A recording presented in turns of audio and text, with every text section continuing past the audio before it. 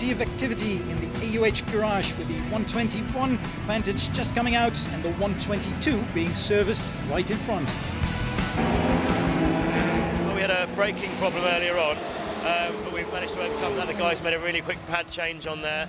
We are currently third in class, which is where we were expecting to be, but we're catching up to the guys in second place pretty quickly. So it's going better than expected, and just got to hope it stays like that, really. But some other cars are in bigger trouble. Third place Masaood Porsche's caught fire on the main straight. Ivan Martin Chornia himself trying to put the fire out. Marshals do not need to stop the race, they just use purple code 60 flag.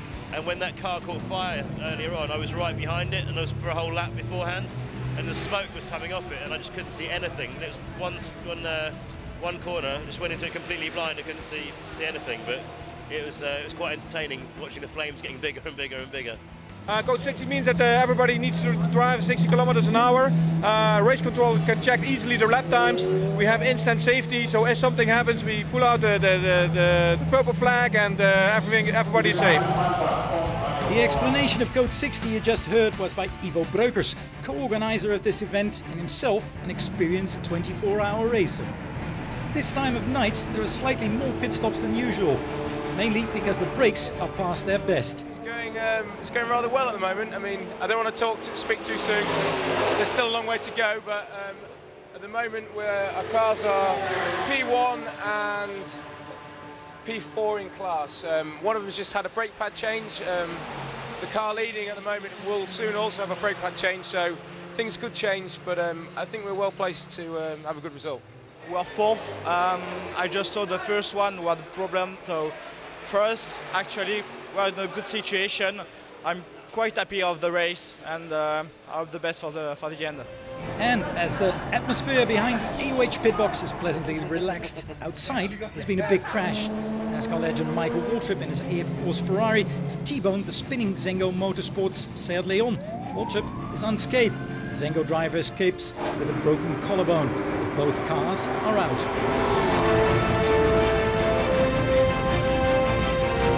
At the halfway mark, it's the Petronas Cintium BMW Z4 now leading, followed by the IMSA Porsche and the Alfaisal Racing Z4. Their sister car, which is an M3, is leading SP3, followed by Dubai's DXB, with AUH from neighbouring Abu Dhabi close third. Beautiful fireworks late at night, especially here in Dubai, so it's fireworks on and off the track. By now, out of 74 cars, 67 are still in competition. So far, so good. We have fantastic race. We have an excitement race, and I think the race is going on in a good way. And apart from the dark, the circumstances at the moment are ideal for racing with lower temperatures during daytime. In another few hours I'll start to feel it, but as soon as the sun starts to come up you'll get a second wind and I think they'll be fine. I have every faith in my guys, they're the best guys here. And so the sun rises over the Dubai Autodrome. In fact, the hardest time to drive the race car because of the low sunlight and also the fact that people are gradually getting tired. Up all night, but I mean, apart from that, no problems. It's a normal day. But what is normal when you're doing 90 miles an hour average for 24 hours on the tarmac? The track's great, a lot of marbles offline, so you got to be very attentive, staying online all the time, not making any mistakes, but that's part of the game. At three-quarter distance, it's Porsche leading. DXB leads SP3. AUH 122 is now 5th and moving up. The 121 is 4th, but that's not to stay. Unfortunately, we broke a drive shaft going onto the back straight, so probably 20-25 minutes until we get it repaired. Bad luck. It's been a long, hard race. A lot of bad luck for us, but what can you do? AUH put together two great cars. I think we're fastest in the field over the laps. Unfortunately, bad luck ruined the dream result and a dream debut. We've got a broken drive shaft, so you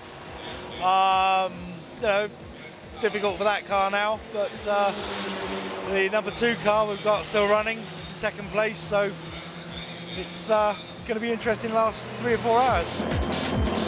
Last hours of the race, and as always, these will prove decisive. The 122 Aston Martin V Advantage is now a safe second in class and running steadily.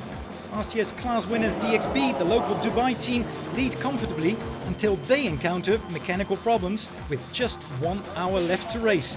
Now, can the neighbours from Abu Dhabi benefit? It's almost 2 p.m. and some teams are really struggling to make it to the finish.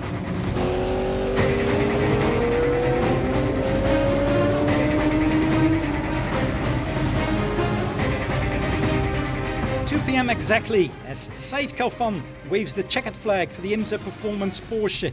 Exciting moments as well for AUH as both cars make it to the finish.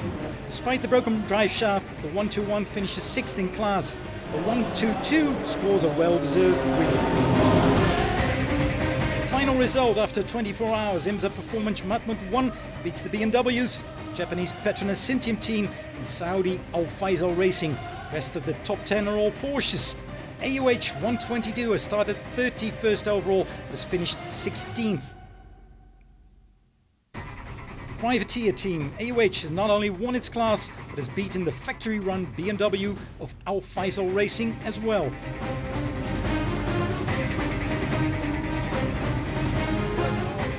We won.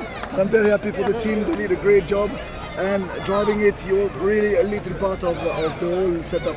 So I want to thank my team and all the person that have worked for us. And again, thank you very much, and thanks for the nice organization as well. Thank you. Absolutely brilliant. Absolutely brilliant. The guys, what a tremendous job they did.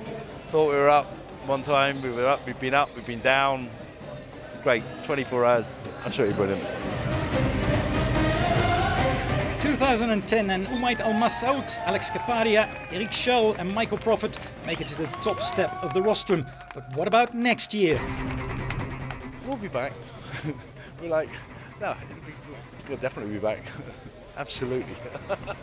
One of the teams told me the Arabic are so that friendly. We come as guests, but we go as friends. The 5th Dunlop 24 Hours of Dubai was the first international race of the 2010 season, and a good one at that. No less than 53 out of 74 starters made it to the finish. That's remarkable for a 24-hour race. 2010 race